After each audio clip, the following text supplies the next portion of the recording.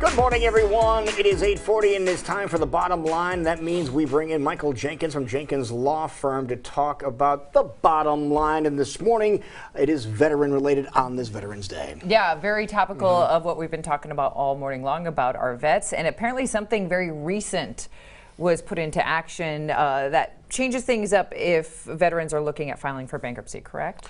Right. So to talk about that, we probably have to go back and kind of visit the means test conditions on filing bankruptcy before we get into this new legislation that was passed. Okay, and we're talking about filing for Chapter 7, is that correct? That's right. Okay. So in filing for Chapter 7, we've spoken many times about income conditions that are required to be able to qualify for bankruptcy. We refer to it as the means test, or part one of the means test, where the income of the person filing has to meet certain conditions, and it's based on the size of your family and the median income of particular families in relationship to what your income is.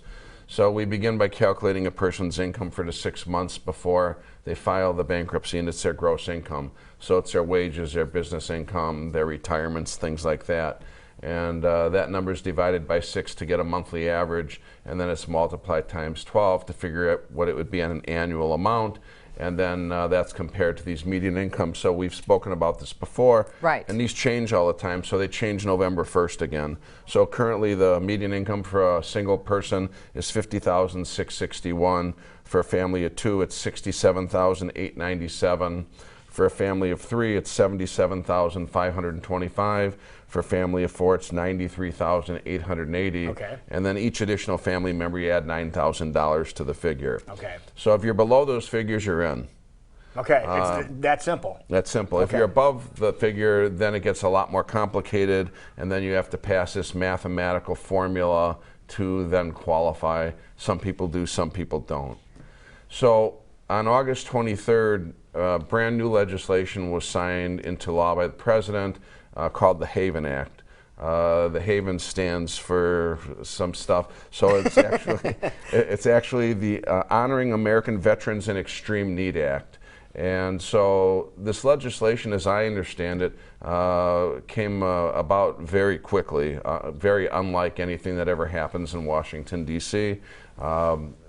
A bunch of groups had gotten together and decided that they needed to change the law, because at the beginning, when the law changed in 2005, all they did was exclude Social Security income from the means test. Okay. And so people on Social Security or Social Security disability income, those were not counted. And so most people think it was just kind of an oversight that they didn't consider this.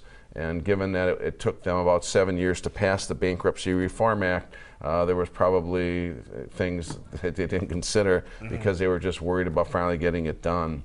But it was unfortunate because it took 14 years of the law running the way it's run to finally do the right thing. And so from the time they actually started this legislation and got it passed, I think they attached it to some other bill, again, something very common in Washington. It really went through quickly and got approved.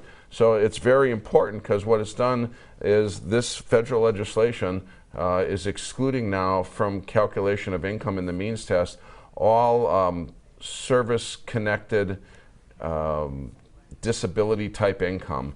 So it excludes the language, actually, and I'll just have to read it because I'm new to this. I haven't spoken about this before. Yeah, that's okay, because it's new. It's less than 3 months old. I was going to say, it went into place in August of this year. Right. 23rd, yeah. So it excludes from income under the means test any monthly compensation, pension, pay, annuity, or allowances paid in connection with a disability, combat-related injury or disability, or a death of a member in the uniformed services.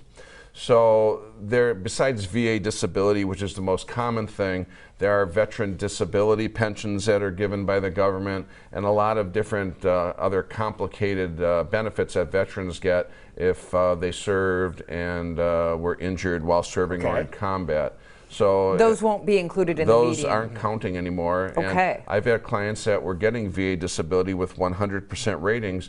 They're getting over $3,000 a month. Okay. I've had clients that had VA disability, not 100%, but let's say 50, or maybe they're getting $2,000 a month, but they're able to work too. Okay. So this could be very important. And then if they've got working spouses, there are many people that this could affect their ability to get Chapter 7 in the past. No question. Right. And now it's kind of making up for lost time.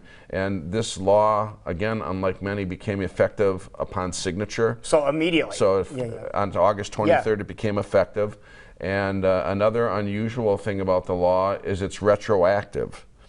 So any cases that were pending at the time this law was signed, those cases can go back and be revisited. They can recalculate. Right. So Wow. if somebody was actually just buying a Chapter 13 case back then and had VA disability, they can now redo that. So it has to be resubmitted then? Well, they can just change it. If it's been pending. Okay. There are people that are in Chapter 13 bankruptcies now because most of the time they're 5-year plans. Okay. And so if somebody was in a Chapter 13 or is in Chapter 13 and part of the money they're contributing is VA disability benefits or something that's covered by the Haven Act, now they can look back at those cases and either decide, I'm not going to contribute that money to my creditors, and if their income's still too high where they'd have to stay in, they can pay less.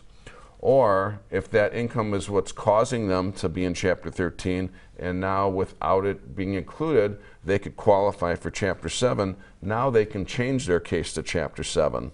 Wow, talk about some things that really taken advantage of and benefit. And benefit. So I mean, veterans. somebody could have been in this thing for 2.5 years, and now this law changed, and now they can go in and speak with their attorney again and change it into a Chapter 7 if that's going to now give them a lower income under the means test to qualify. So it's great legislation for veterans. I was just going to ask you, what is your reaction to this as a bankruptcy attorney? Well, I've always thought from day one it made no sense that that veterans had to count this income, but people getting Social Security disability didn't. So you got people that are serving our country in war and in the battlefield, and their compensation counts, but the people who just unfortunately have addictions and other things and are getting Social Security disability, they don't count. So I never really thought it was quite equitable. I was going to say it wasn't equal. But now at least they did the right thing in shoring that up. Now there's other benefits too in the law that they have for veterans, and on the same day this law was signed, another law was signed extending a previous law. Okay. It was the National Guard and Reservist Debt Relief Extension Act.